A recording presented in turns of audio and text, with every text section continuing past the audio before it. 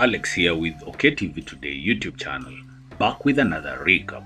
In this recap, we dive into Dune Prophecy Season 1, Episode 1 to 6, all coming up next in this video. Blow back at us! You should be thanked to help. She twisted you. What I've done. You? What bothers me is the disrespect. Here. Show her united how it should be handled. How is this rumor my Dog murdered Pruitt.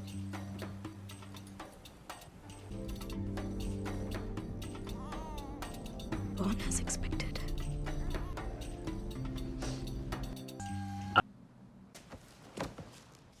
It's here? She's my sister. Those whose good and loyal subject need regiment. Of course, with honor.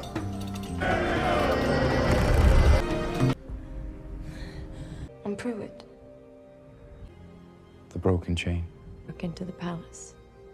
Want? The events of Dune Prophecy occur 10,148 years before Paul Atreides' birth. It's also noteworthy to note that the series shifts its attention to the Harkonnens, specifically Valyr Harkonnen. The program tells the story of the Harkonnen family's decline following a major conflict between humans and robots. According to Valyr Jessica Barden, the Harkonnen family was exiled to a barren globe as a result of rumors that an Altride had led mankind to triumph while a Harkonnen had abandoned the conflict. As a result, machines were also made illegal, but Valyr objects that the Adrian triumph reports are false and promises to get revenge to make up for the wrong done to her family. Joining the Bene Gesserits, Valyr wins the approval of Raquel, Belto and Nirol Kadvitais, the first Mother Superior. Raquel wants to utilize the Bene Gesserits to help the galaxy's ruler find justice and harmony, but discovers that most leaders' self-centeredness and avarice prevents this. In light of this, she holds the controversial view that genetics should be used to impact the development of better leaders.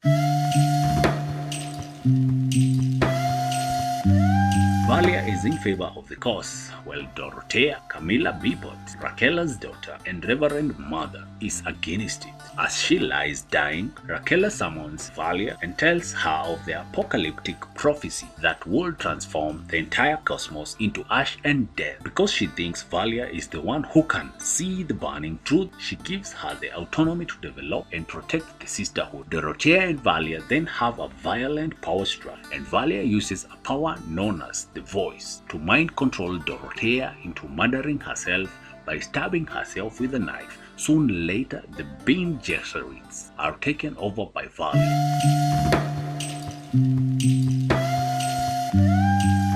After 30 years, the Bene Gesserits, who have been influencing rulers for decades, have Valyr, played by Emily Watson, as their Mother Superior, Javico Carino, Mark Strong, the current emperor, and his children Princess Nez, Sarah Sophie Bosnina, and Constantine Josh Histen. As shown to us, reluctantly, Corino intends to wed Nez to the son of Duke Ferdinand Riquez, Brendan Cowell, in order to unite their fleets and assist in resolving the Fremen unrest on Arrakis, where they are attempting to mine for spices. A soldier who endured an invasion on Arrakis, the enigmatic Desmond Hart, Travis Fimmel, pays Emperor Corino a visit during the wedding preparations. According to Hart, the attack was not from the Fremen, but rather from an insurgent planet that targeted Hart's fleet in order to seize their spice crop. He asks to work in the palace, and Corino grants his requests. He is also invited to attend the wedding as a guest. In another scene, we see Valyr's biological sister, Tula Harkonnen, Olivia Williams, a reverend mother who teaches the younger sisters. We also get to know a few well-known apprentices, such as Lila, Chloe Leah, Sister Jen, Filene Cunningham, Sister Emmeline, Ivy Hines, and Sister Theodosia Jade Anuka. They are ready to welcome Princess Nez as a member of Bene Gesserit Sisterhood alongside Valyr. They plan to match Nez with a friend they can rely on. Tula shows how much she likes Lila. However, the Emperor's truthsayer, Reverend Mother Kisha Jinjo Jihai, interrupts their meeting. It is discovered that Bene Gesserits were involved in the scheme to bring the Corrinos and the riches together. But Kasha has been forewarned that a cataclysmic catastrophe may be approaching with this marriage. Before it's too late, she attempts to persuade Valia to call off the marriage. Despite Kasha's reluctance, Valia mocks the idea and makes her continue with their plans for the wedding. The Corinos meet 9-year-old Lord Pruitt Riches, Nez's fiancé and Ferdinand's son, during the marriage ceremony. The ceremony continues. Nez's discover Pruitt playing with a prohibited toy robot at the reception. When Pruitt misplaces the toy, it is shown to all the visitors, who get alarmed until Hart burns it. For the sake of decency, Javico chooses to ignore the problem. After the disturbance, Hart has a private meeting with Javico. He claims that other imperial worlds are beginning to wonder if it was a good idea to ban machines, and also why only the royal family appear to be profiting from the spice trade. He starts to instill suspicion among the Bene Gesserits. While defending the sisterhood, Javico also admits to Hart how disgusted he is that he allowed the wedding to take place, and that he is dependent on the house Richezy. Nez spends her wedding night elsewhere, traveling to a club to meet with Kirain Atreides, played by Chris Mason, her fight trainer. They make love, party together, and do drugs. Since she will soon be heading away to the sisterhood, Nez is adamant on having a blast. Truly is the one we should put all our hope. What do they call you?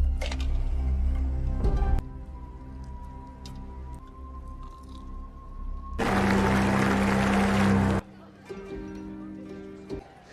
sure you're right, Baron Hark. They all seed. When Javico returns to the palace late that night, his chat with Hart disturbs him. Thus, he looks into records of the assault on Araki that Hart managed to escape. He believes that Hart is his troop's sole survivor. However, the tape demonstrates that he was genuinely completely ingested by a sandstorm, that Hart actually gave himself up to it while in a trance. Standing there in amazement and confusion, Javico wonders how the stranger survived the attack and returned.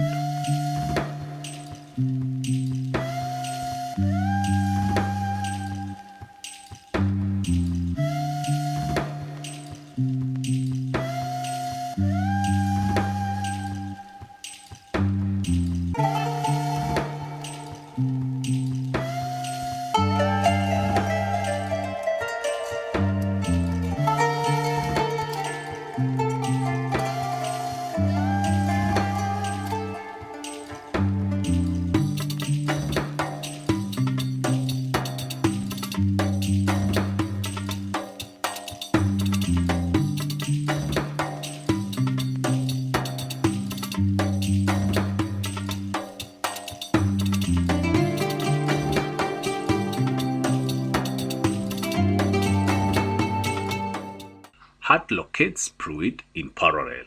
He starts yelling at him, saying that sacrifices must be made to put a stop to the battle being fought inside the palace by people who seems to be necessary. Hart somehow causes Pruitt to randomly combust by using superhuman talent. At the same time, Kasha suffers the same fate and awakens yelling back at the sisterhood. Far from the castle, Valia and the other members of the Bene Gesserit sisterhood look on in horror as she, like Pruitt, blazes alive in front of her sisters.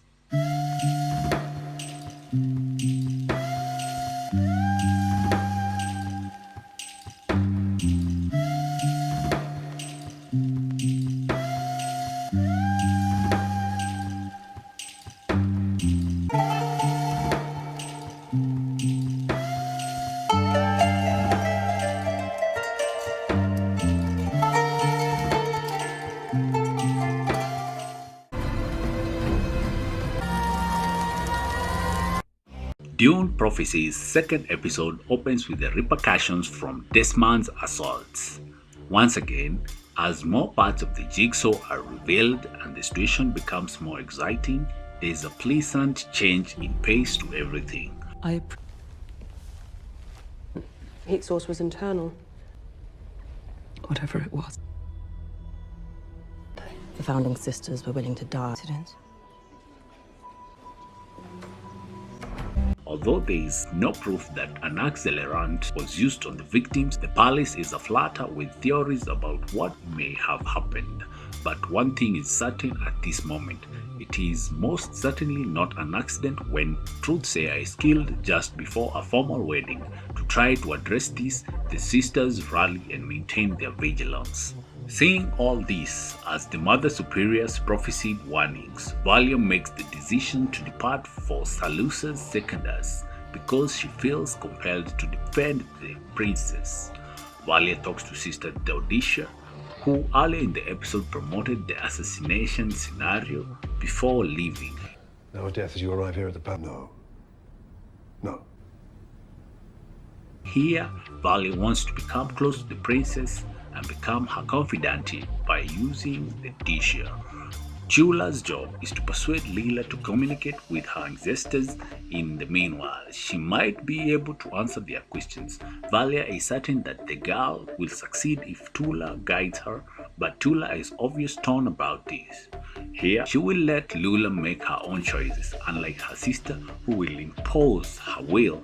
This is kind of a two-edged sword since, although it's a commendable choice and makes her one of the more likable characters in the program, it also throws all the women's future in the open, which is dangerous. In the palace, emotions are high following Pruett's passing. At the moment, the public is being told that this incident was an accident, but we are clearly aware of otherwise. The fleet to come in with pulse atomics. Because in death we'll be reunited. Desmond addresses the Emperor privately. Having done all this for the Emperor himself, the former wishes to be used as a weapon. Stuck in astonishment, the Emperor decides to arrest him once he has had enough of his remarks. Interestingly, though, it's evident that he has reservation because he chooses to keep the entire endeavor a secret and not share it with anybody. The retreat. Who killed my son? I've all... Your master, I heard the news. Wrong. And your spice operation. Fine. Where is Kasha? She's what?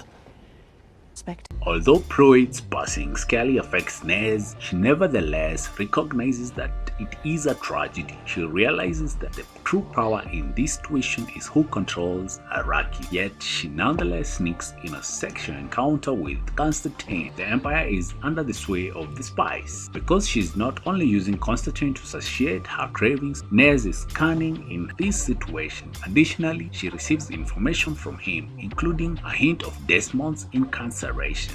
She believes they shouldn't be so quick to eliminate him when the Emperor tells her about Desmond's attack and his belief that the sandstorm granted him enormous strength. She firmly believes that they should use him as a weapon against their adversaries. When Duke Ferdinand Riches is on their warpath, this is more difficult to do. He wants to see the man who killed Pruitt, but Valia's arrival interrupts them. She wants to talk to Desmond directly, even if she knows the Emperor is lying about Pruitt's passing when he intends to be unaware. The Mother Superior receives what she deserves and is somewhat surprised by his audacious and brazen demeanor. He confesses to annihilate Pruitt and Kasha, and he explains that he did so in order to eradicate corruption.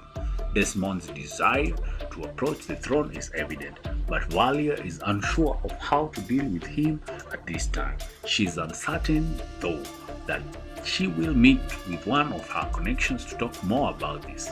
Here, Kairan confesses the ulterior motive, while Nez demands rights once that the Decia disclose how Keisha died. As it seems, the Swordmaster is secretly collaborating with the rebel faction and has successfully brought the plans to the royal throne. The Corino Empire is undoubtedly their aim, and an assault on Constantine serves as their final piece. Sister Michaela, whom Valia has a contact with, appears to have been responsible for planning the rebel raids on the harvesters on Arrakis. Don't know whether to be offended or... Let's not talk. I'm Pruitt. The broken chain. Look into the palace. want to look weak. She also names one of the river as Kiran. Tula talks to Lyra once again in another scene and describes how to use her abilities. It's definitely dangerous, and she doesn't mince her words about how dangerous this is, with the straightforward directive to follow the light. When she is overcome by darkness, she describes how this operates, and Leela ultimately chooses to comply. It's fascinating that among the visions she experiences, the former Mother Superior depicts the actual events of that horrific killing that took place in the throne chamber all those years ago. As she manipulates Leela, she tells the sister that she will take their hope. Then Lyra's death occurs. The Empress, meantime, chooses to quiet Duke Riches with their newly acquired weapon. The man's flesh is burned to cinder by Desmond as they gaze at each other in the throne chamber. After pleading for forgiveness, Desmond finally stops when the Emperor gives him a little nod. Shortly thereafter, Valia comes to the palace requesting a meeting with the Emperor. Instead, though she is in Desmond's company, she has been expelled from the palace together with the other sisters, and he delivers news that her rights have been removed. Like the last Mother Superior, Valia plays her hand and utilizes her ability to manipulate Desmond into hurting himself. However, Desmond effortlessly defeats her and puts his sword safely in his pouch, demonstrating that her powers are ineffective in this situation. Although Valia quickly leaves after losing, it is evident that the battle is far from done. I'm taking you home. I am. For the fleet, that cannot be. Let them choke on you! In episode 3 of Dune, Prophecy, Griffin Harkonnen, the sole brother of Valia and Tula, is introduced. Because Vorian Atreides claimed that their ancestor was cowardly during the Battle of Corrine, House Harkonnen was rejected by the Imperium back on their home planet of Lankivir. The Harkonnen people have been reduced to collecting welfare, but Valia, who is brave and uncompromising, will not let the Imperium trash her family name. Done the shopping myself. Your uncle has no complaints. Prized export. You mock for your collection. To do what? Father, Abulard Harkonnen was... Understand where it comes from, your greed. Griffin tells his father that he is traveling to Zemir, the capital of Salusa Secunda, the Corrine home planet. Since his plea to obtain a better welfare trading contract was accepted by Landsrod, the organization that constituted all of the great houses, Griffin decides to find and confront Vorian Atreides while he is in Zemir, since Valia believes he has dishonored House Harkonnen. It is indicated that Griffin did confront Vorian as Valia had requested and perished as a result. Sisterhood above all opens with Tula mourning the loss of the young acolyte Leela, who was unable to withstand the agony, while Valia leaves House Corrino ridiculed by Desmond in a manner she hasn't experienced in years. The sisters are transported back in time by both of their items, recalling instances of death and humiliation throughout the early years. The Harkonnens have been exiled to the chill, desolate world of Rankivale, and we are transported back in time by 30 years.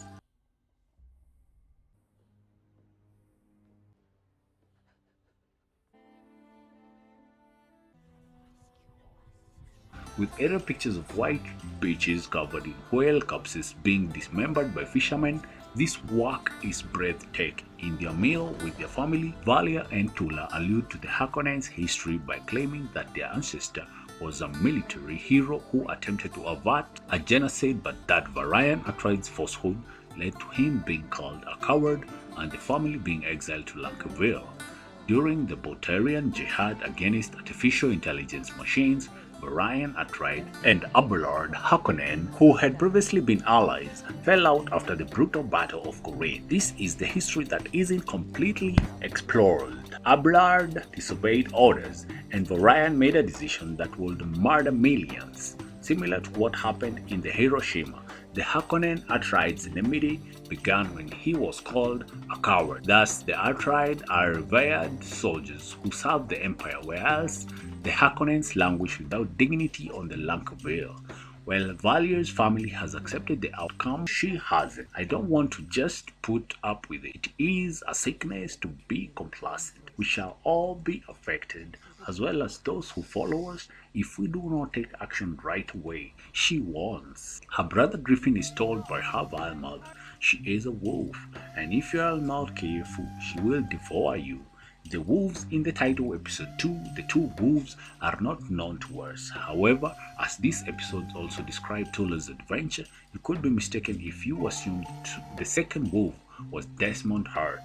We see Tula integrate herself into a sizable Atreides group as Valier, who is considerably more rebellious and irate than any other sister trains at the sisterhood.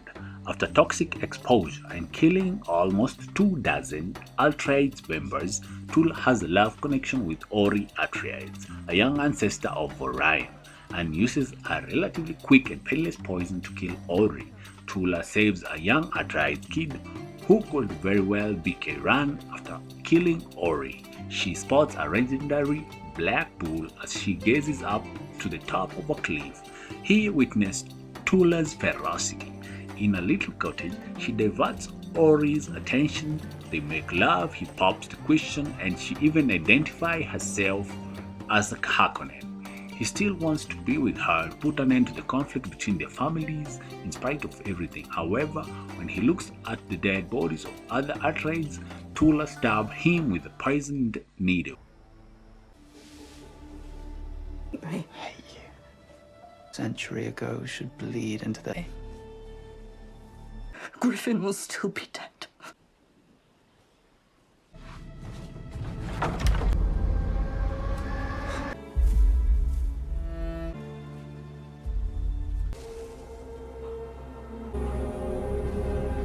To Dorothy's dismay, Valier becomes more and more close to Mother Superior Raquel inside the sisterhood.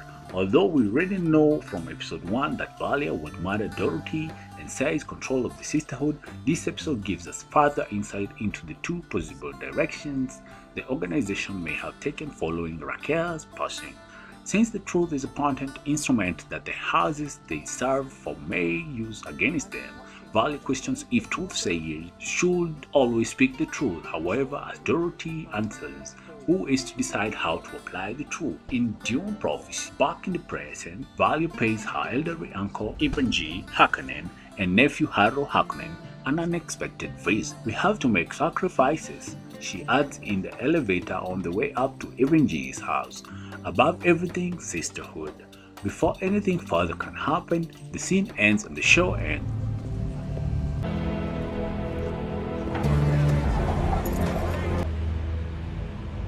Dead? I didn't think you could. It's here. No, she's my sister. Blow back at us. You should be thanked to help. She twisted you. After her failed attempt to use the voice to assassinate Desmond Hart and expulsion from Salusa Secundus, Valier is frantically attempting to decide what to do in series' present-day chronology. She called up her uncle and or nephew as a means of achieving peace or asserting her authority. We learn that the sisters are concealing much more than just the breeding index, but in the meantime, Tula slips away to the sisterhood's hidden secret. Tula gives instruction to a computer voice to keep Leela alive as her brain-dead corpse rests in a glass chamber. He discovers that Tula and Valier are employing artificial intelligence, an AI, and the entire thing is a thinking machine as blue lights flash over the subterranean walls. In the concluding scene of Dune Prophecy, Episode 3, Tula tries desperately to revive Leela with the measured amount of spice using Raquel and Valier's genetics indexing computer. It is evident that Tula has a larger heart than Valier, and she will stop at nothing to save her from unjustly premature death in the sisterhood's name. Although she is not Leela's biological mother, Tula raises her as such when her mother passes away after childhood. At least, according to Tula's account, Tula's use of computer technology at the conclusion of Dune's Prophecy will attempt to revive Leela and remove her from the world where she meets Dorothy and Raquel. Look. Pressure 91. Mother Valia is off planet.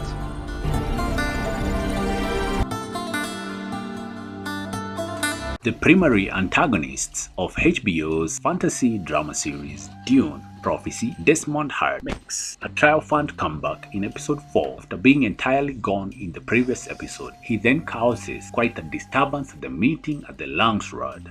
In this episode, Valia Harkonnen sees her brother Harrow and Uncle Evangy for the first time since leaving Blancheville, revealing her precise intentions for the foreseeable future. In addition to all of this, the episode also features another odd circumstance on Warlock the Ninth that Tula Harkonnen must handle as the sisterhood is gradually in danger. In Dune Prophecy, Sister Emmeline is washing her face before bed in the Acolyte's chamber within the sisterhood complex on Wakali the Nine when she hears her name being spoken as though someone is reaching out to her. The abrupt summons somewhat baffles Emmeline, particularly when she witnesses another sister approaching the courtyard strangely, almost as if she were sleepwalking. She watches the sister take out a knife and try to cut her own throat as she follows her to the courtyard. When the lady turns in response to Emmeline's appeal, she started to see that the woman is indeed her, with her eyes stitched shut. Another acolyte, Sister Jane, awakens from her slumber when Emmeline shouts aloud. She sees someone in the courtyard and chooses to investigate. Every acolyte is breathing and moaning in their sleep, as though they are being tortured or harmed in their nightmares. When she walks down the bedroom, Emmeline is then spending time in the courtyard. Never had such riches. What I've done. You? What bothers me is the disrespect. Here. Show her united how it should be handled. How is this rumor mine? Dog murdered Pruitt. Get down.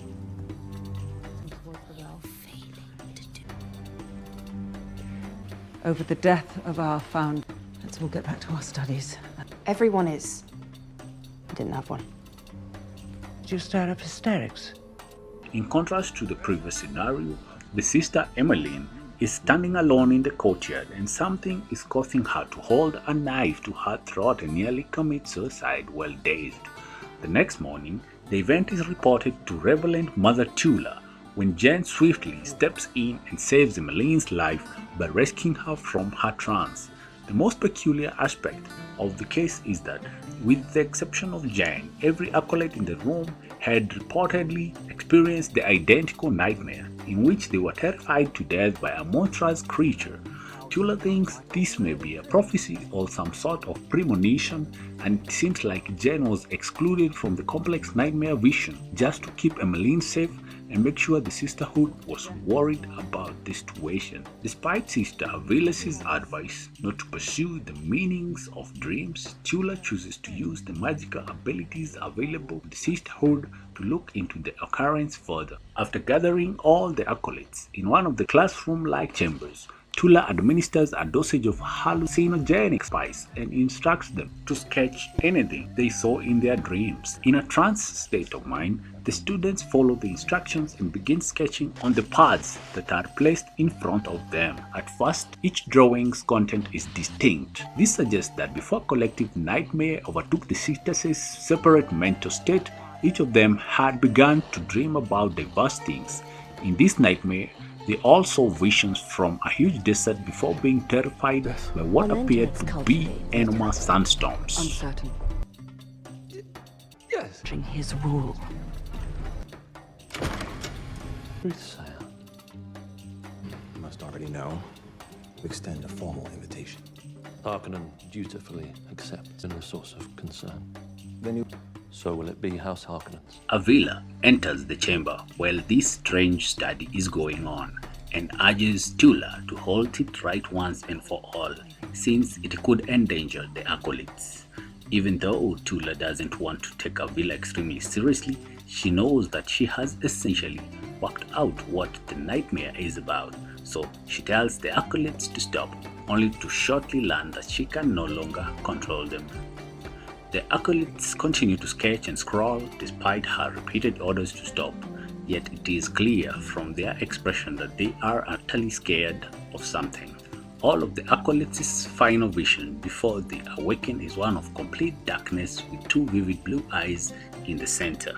The young acolytes hold the opinion a godlike figure is always watching over them, not in a benevolent manner but rather to demonstrate its superiority over the sisterhood based on this vision and the experience they just experienced.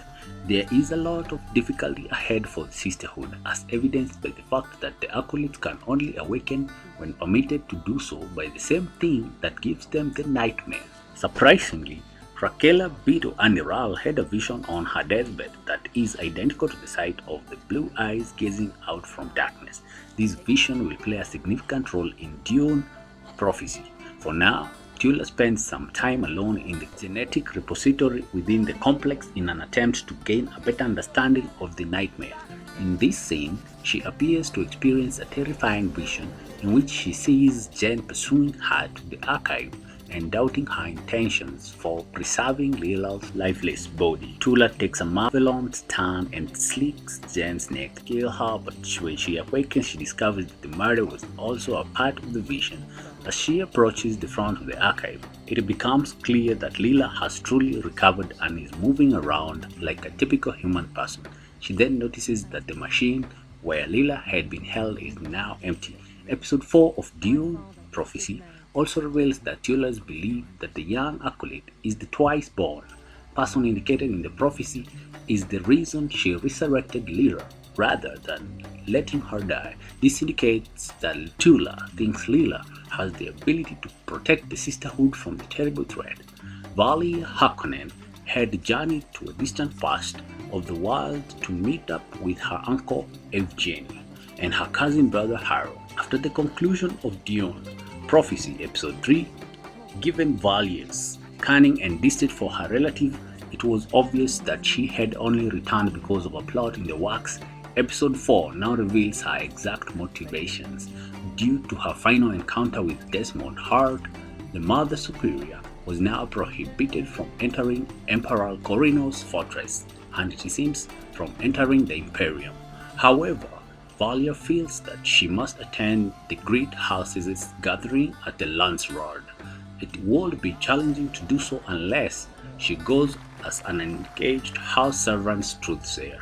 She feels that the time has come to help her family restore their lost grandeur, even though House Harkonnen has not been a part of the Landsroad for almost a century. By this point, there was a rumor circulating within Salusa Secondants that Pruitt's Rich's death was a planned murder, rather than official claim that it was caused by a mechanical toy. Valia chooses to have her network of truthsayers spread the myth even further, even though she knows it is true and the sisterhood did not really initiate it. As a result, each truthsayer in the Landsroad relays the story to their own house master, who all decide it is time to start an official investigation into Pruitt Rich's death. However, just bringing up this issue in front of the Emperor at the meeting will turn the worried family into a target and a known opponent of the Coriolis, which is why no one wants to do it themselves. In order to guarantee that House Harkonnen is reintroduced to the Landsroad, Valia intervenes at the point and, through her truthsayers, strikes an argument with the other great houses. They agree that their leader, Harrow Harkonnen, will request the inquiry at the meeting. Thus, in order to attend the conference as the Harkonnens' official truthsayer, Valia really intends to exploit her cousin and her family as pawns right now. The second half of her plot is connected to the impending insurrection, which will be triggered by a planned bombing at the Landsroad. Michaela, a member of the rebel organization, informs Valia of this planned attack, and she plans to save the Emperor at the exact moment when Kairan Atreides places the explosive. In addition to guaranteeing that she will regain Javico Corinos' confidence, this would openly accuse Atreides of betraying the Imperium and exact revenge on the Harkonnens for their centuries-long disgrace. When Emperor Javico Carino and his wife Empress Natalia and Desmond Hart finally make their appearance in front of the assembled members of the great houses, some startling events occurs at the Lance Road. Harrod takes the initiative to ask for an official investigation into Pruitt Richardson's strange death on behalf of the other High Council members as the meeting gets underway. Harrow is obviously being used as a scapegoat, as he was already aware when he was instructed to make this demand at the meeting, but his desire to restore his family's reputation for excellence surpasses any reluctance. The fact that Princess Inez now shows there and bravely accuses her own parent and her family of having young Pruitt killed somewhat eases Harrow's dilemma. Even if his demand is theoretically against the Emperor and his family directly, a very risky move to say the least, Inez's entrance stops Kieran Atreides from carrying out his close ally Horace's planned rebel attack, which included planting an explosive on the main room wall. When Horace and a few other rebels are abruptly brought inside the Lance Road by the Imperium troops, the entire scheme is quenched, even if Kieran momentarily stops it when Inez appears. To make her husband and their family seem even more powerful and in charge, Empress Natalie had, as it turned out, devised a clever scheme of her own the night before. Because the coroners had little tolerance for the forbidden thinking machines, she was the one who had initiated the story of Pruitt's murder and essentially intended to propagate the word that the kid had been executed on the Emperor's instructions. In addition, she had sent Desmond to arrest everyone known to be employing prohibited technology on Salusa Secundus. Horace was also apprehended during the raid on the dens. As a result, Emperor Corino and Desmond initially declared that Pruitt was executed for carrying a toy robot during the Lance Road assembly before showcasing the defaulters who were jailed. You're here behind the desk. And see it's over, don't you think? You know why I did it? Push. From the shadows. No giving. Isn't this supposed to be what... Fantasy. And rejected it. And maybe he saw. My father is a good man. The only path becomes to try and preserve. Sometimes you have. I won't ask unless I have to. Images begin to converge. It was here that I lost control of them. After reversing the story and demonstrating to the crowd the explosive this man had set up, Desmond killed them in his trademark manner, causing them to burn from the inside out, demonstrating to the great houses and the Imperium that anything to do with the machines will not be accepted under this new government. The rebel attack cannot be carried out as a result of Desmond Hart's display of might at the Lance Road, which also means that Valier cannot rescue Javico from Kieran Atreides and win back the Emperor's favor. She and Harrow eventually return to Harkonnen Castle after her complex scheme fails. Here, the elderly and ailing Evgeny continues to make an effort to degrade and mock Valier for returning to her family's houses and for attempting to bring them back to the former splendor. Valier, who is understandably upset and annoyed by the problems she has been having lately, appears to have heard enough and is now speaking out against her uncle.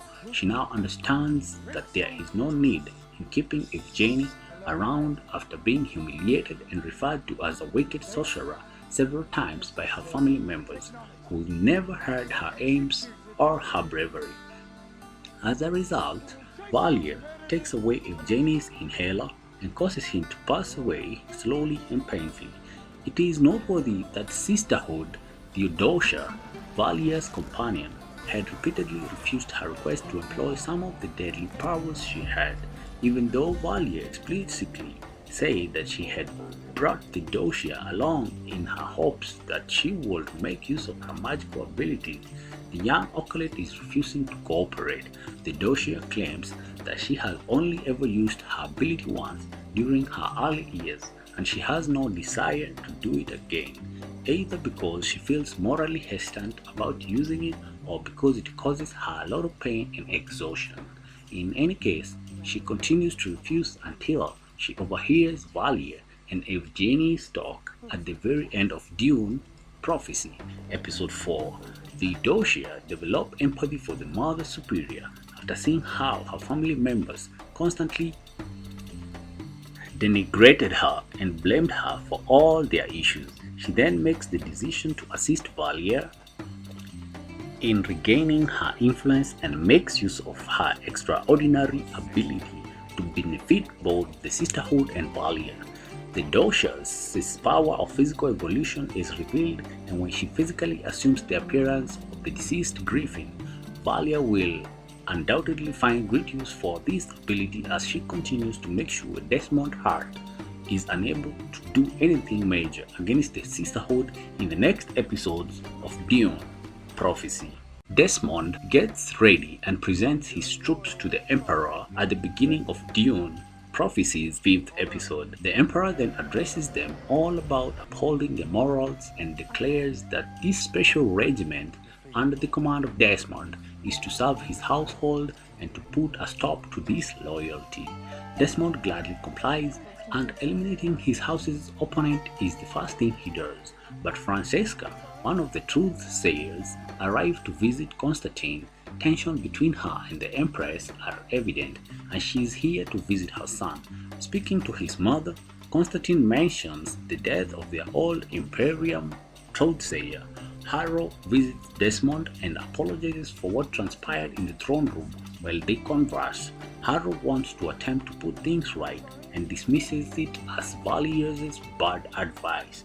Desmond asks him about his knowledge of the Sisterhood. In order to do that, he feels that they are interfering with the spice trade, and Harrow's mention of the rebels and subterranean tunnels is sufficient justification for him to attack Valier. Speaking to Francesca in private, Valier is on the defensive. Those whose good and loyal subject lead regiment. With honor.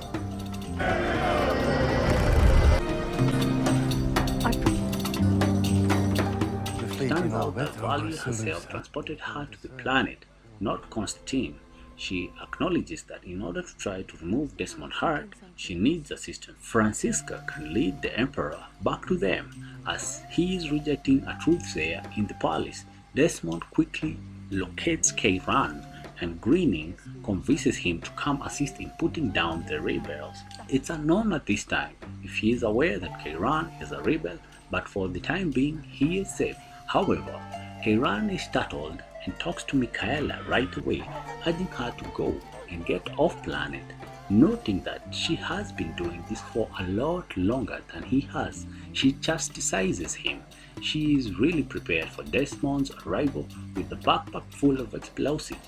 The sisters, however, are unhappy that they are all protected from the dreams that haunt them. Sister Jen, the primary disruptive voice, is silenced by Tula, who then questions her about the dream. Tula wants her assistance and her privacy because it turns out that she seems impervious to it. She shows Jen Lila's resurrected corpse in the basement, but she is insane and appears to be under the influence of her ancestors. Jen is supposed to remain with Lila and give her medication if necessary. She doesn't, in fact, and Raquela instantly goes to work since she has Lila's spirit. Despite being shaken, Chula continues to work with her. The problem is that Chula is ignoring the most crucial aspect of this situation because she is so preoccupied with her work. Sister Avila is not pleased as the student ran away in terror.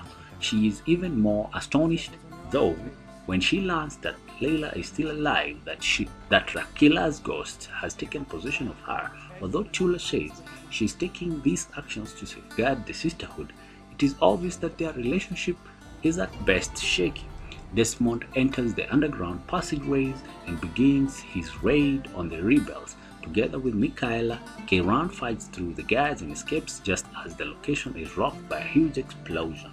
However, Kairan sees the sword Michaela is holding. He knows she is one of the sisters and has been betraying him for a long time.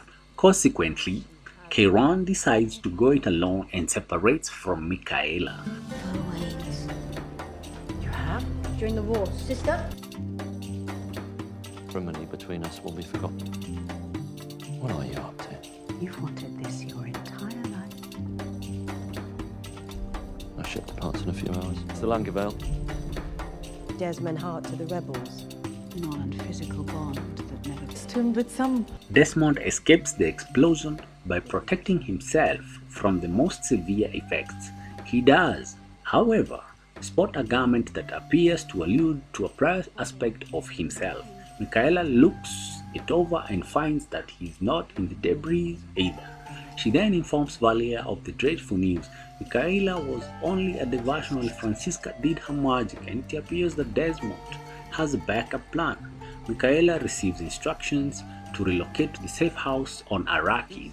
She is not pleased. She leaves despite her assurance to the Mother Superior that she will not betray her people. In the meanwhile, Corino approaches Kairan that evening, and after discovering proof of his treachery, Kairan is suddenly taken into custody by the Imperium guards. The Emperor then mentions that Constantine did a superb job for their house during that evening's bouquet. Constantine will therefore be sent to Araki together with the Great Fleet. Naturally, the Empress and Inez exchange glances over dinner, suggesting that they are aware that this is all political scheming to get a truth-sayer back in the palace. In fact, as a result of this, Empress chooses to collaborate with Desmond once more and inquires about his background. Tula examines the blood sample for Desmond Hart during this time. According to a match found in the archives, Desmond's mother was a sister who abandoned him to fend for himself, in particular, Sister Tula. This puts the plot on a wild cliffhanger, heading into the conclusion by revealing that Desmond is the son of Tula and Ori. The 5th season of Dune Prophecy concludes with a significant storyline twist involving Desmond Hart, and there is a ton of more new content to analyze. In the chronology of Dune, the series is set 10,000 years before Denis Villeneuve's film, and Season 1 has already started to show how important aspects of the film's age are starting to emerge. As the Sisterhood becomes one of its initial obstacles to become the influential Bene Gesserit, House Harkonnen emerges from political disgrace to become a formidable noble house. At the end of episode 4, Sister Lila awoke in a trance and her eyes were flashing blue from the spice that had been shot into her. However, she now randomly assumes the shape of her forebears, suggesting that the effect of the Rosak medication are still present. Rakila returned through Lila in episode 5, giving Tula the insight she desired from the elderly Mother Superior. Dorothea might just as easily show up in the season finale to exact retribution because Lila doesn't have control over these forms. In episode 5, Dune Prophecy, Rakila started researching the brain of Sister Kesha, the truth-sayer of Emperor Javico Corino, who passed away at the conclusion of the first episode. The Omnious Plague, a weaponized illness used by the thinking machine during the Buterian Jihad, is similar to the virus Rakila finds in Kesha's brain. This variant of the Omnious Plague, starting in the part of the brain that causes emotions like fear, whereas the previous one started in the limb. Their dreams appear to be caused by the virus spreading throughout their sisterhood. After Constantine helped apprehend the traitor, Kairan Atreides, in the conclusion of episode 5, Javico resumes his romance with Francisca. Watching his bastard son take the initiative to protect their home from a menace that had broken through their barriers and their trust makes Javico proud for the first time. Reestablishing Javico's confidence is the main goal of Francisca's relationship with him because she is still loyal to Valia and the Sisterhood. Desmond Hart, one of Valia Harkonnen's most formidable opponents to date, is out to destroy the Sisterhood. In Dune Prophecy, she intends to use Desmond Hart's genetic identity against him in some way while also regaining the Empress's confidence through Sister Francisca. She is trying to regain her political influence because she is unable to use it directly on him, and she is even turning to her own noble family in order to do it. The substantial ending of Dune Prophecy is deserving of its extended 1.5 hour length. Given that the program is returning for a second season, this was a befitting conclusion to the 6 episodes that have already been released, Tula discovered that Desmond Hart is, in fact, her son by Ori Atreides at the conclusion of episode 5. She was weakened by grief.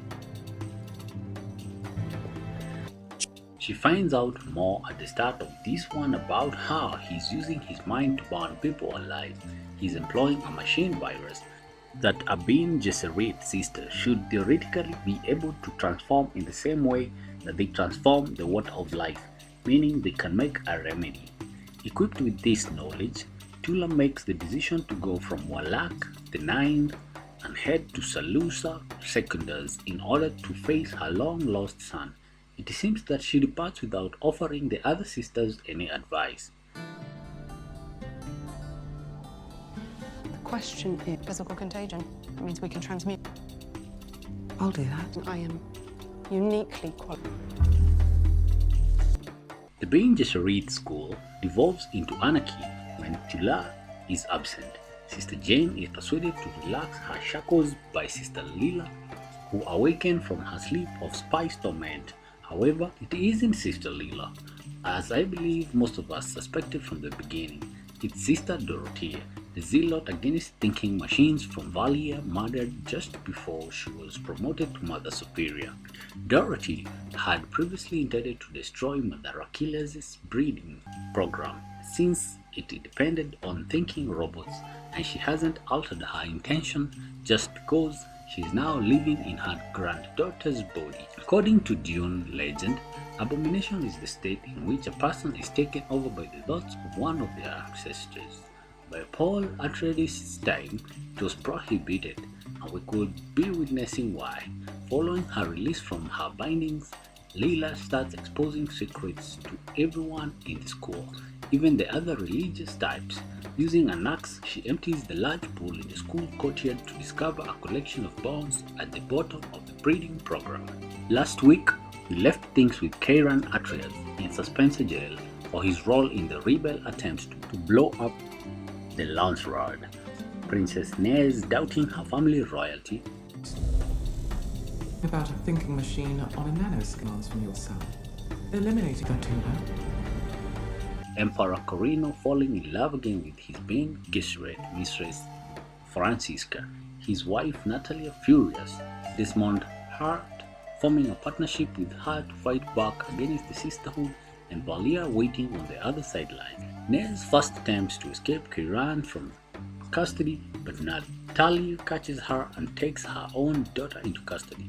Natalia is now resolved to usurp the Imperium from Emperor Corino, who is furious about this, given that Desmond is once again sleeping with chattering in secrecy. The divine, Despite the efforts of Sister Avamar.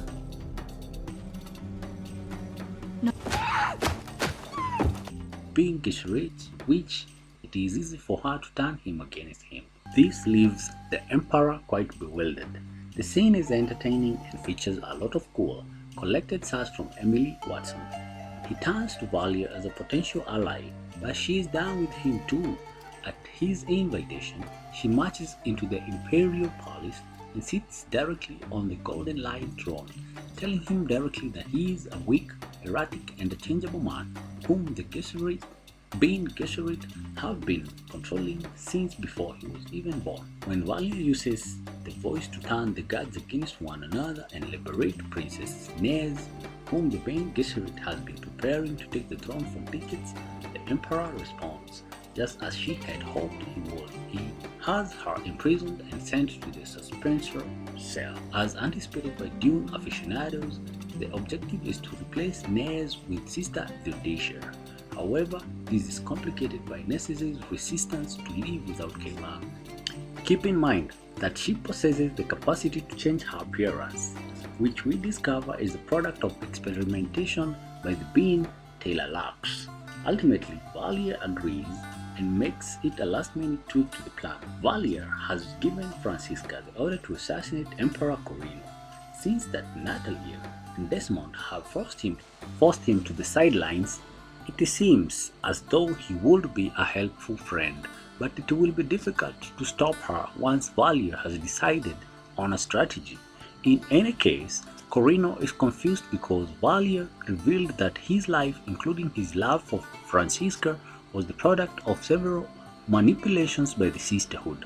It appears that Francisca will not carry out Valier's demand since she is reluctant to kill her son's father after Corino makes up his mind by stabbing himself. Mother Valia has a vision. The choice is yours. Natalia sneaks up behind her and uses the poison needle that resembles a gum jabber to stab Francisca in the neck. Francisca intended to use it on the Emperor. She obviously wants to fill the power void left by the Emperor's assassination, so she flees the room, screaming that he has been killed. Similar to Alak the Nine, a lot occurred here, and well, I found it entertaining. Not much was really upsetting. In one scenario, Nez and Corino collaborate to murder many Imperial guards. Desmond Hart makes an effort to prevent Nez, Kairan, and Valier from leaving the planet. After sending the younger two on their way, Valier remains behind to face Desmond and use the voice to cut down his defenses. As steely as ever, Desmond accepts Valier's challenge to use his power against her. Desmond attacks individuals with a virus that feeds on dread, and in a surreal scene, we witness Valier at her lowest. She feels accountable for her brother Griffin's death and all the ensuing suffering. Tula arrives on Salusa Sikandas.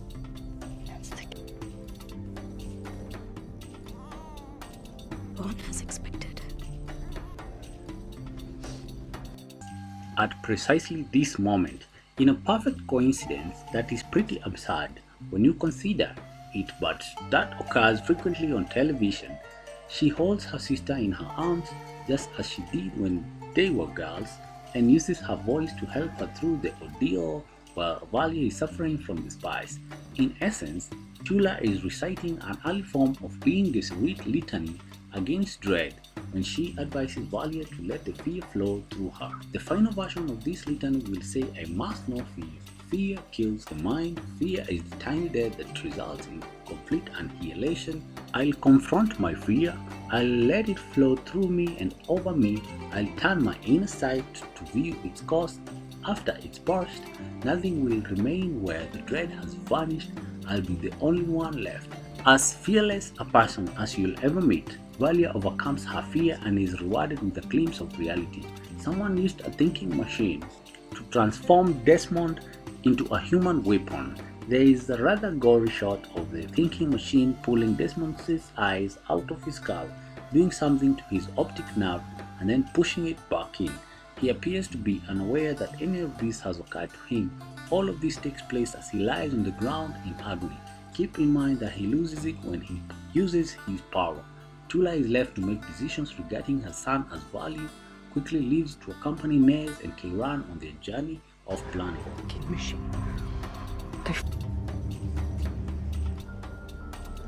You lie? You think I'm a monster? Why did I? As we discover in a flashback, a young Tula replaced her baby with a stillborn because she was afraid that if he stayed, Valier would exploit him. As a result, Valier was unaware that Tula's kid had lived.